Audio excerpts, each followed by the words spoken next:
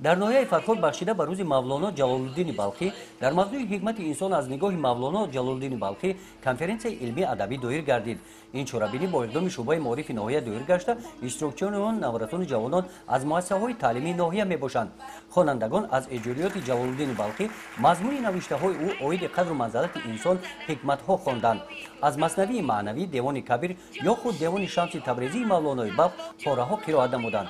онҳо қайд намуданд ки таълимоти мавлонои балх ба мавзӯи худшиносиву инсонсозӣ, тарғибу ташвиқи инсон ба бохабарӣ ва огаҳӣ аз аслу вуҷуди худ, ахлоқи ҳамида, рӯзгори шоиста, заҳмати пайваста баҳри пурсамар гузарондани умр мебошад. дар ин чорабинӣ аз рӯзгори мавлоно ҷалолуддини балхӣ саҳнаи намоишдодаи наврасонро тамошобинон бо завқи баланд тамошо карданд. аз рафти чорабинӣ муайян гардид ки ба эҷодиёти мавлоно ҷалолуддини балхӣ наврасон таваҷҷӯҳи калон доранд. ҳарчанд ки аз зиндагиномаи устод ҷалолиддини румӣ 800 сол гузашта бошад, ба мо имрӯзиён панд медиҳад то илм омӯзем, то ҷиннаберагони одам бошем ва омӯзгорони худро ҳурмат намоем, чунки гуфтааст: ҳеҷ кас аз пеши худ чизен нашуд, ҳеҷ оҳанг ханҷари тезен нашуд.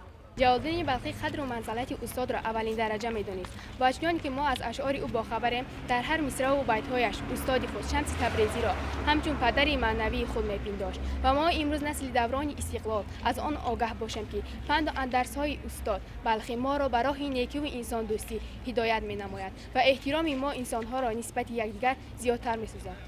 чорабиниро мудири шӯъбаи маорифи ноҳия ҷанбаст намуда қайд намуд ки ғояҳои башардӯстӣ ва инсонпарваронаи мавлонои балх дар таърихи тамаддуни ҷаҳонӣ мақоми баланду шоиста дорад.